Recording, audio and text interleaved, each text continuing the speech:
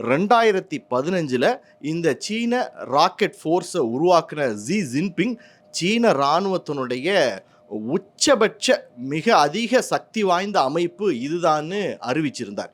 இப்போ அந்த strategic missile arm ஃபோர்ஸில் ஊழல் புகார் வெடிச்சிருக்கு.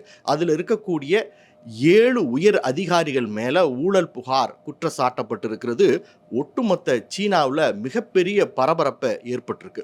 இதில் ரொம்ப முக்கியமான விஷயம் என்ன அப்படின்னா, இந்த ஊழல் புகாருக்கு உள்ளான அனைவருமே இப்போ இருக்கக்கூடிய சீன அதிபர் ஜின்பிங்கால் நியமிக்கப்பட்டவர்கள் தான் அப்படிங்கிறது கூடுதல் பரபரப்பு. ஏன் அப்படின்னா 2012 ஜின்பிங் ஆட்சி பொறுப்பேற்ற உடனே அவர் உடனடியாக செய்த காரியம் சீன இராணுவத்தில் இருக்கக்கூடிய ஊழல்களை அகற்றுவது தான் என்னுடைய முதன்மையான வேலை அப்படின்னு சொல்லிட்டு தொடர்ச்சியாக விசாரணை நடத்தி யார் மேலெல்லாம் ஊழல் புகார் இருக்கோ அவங்க மேலெல்லாம் உடனடியாக இராணுவத்தில் விசாரணை நடைபெற்று அவர்களுக்கு தண்டனை அறிவிக்கப்பட்டது.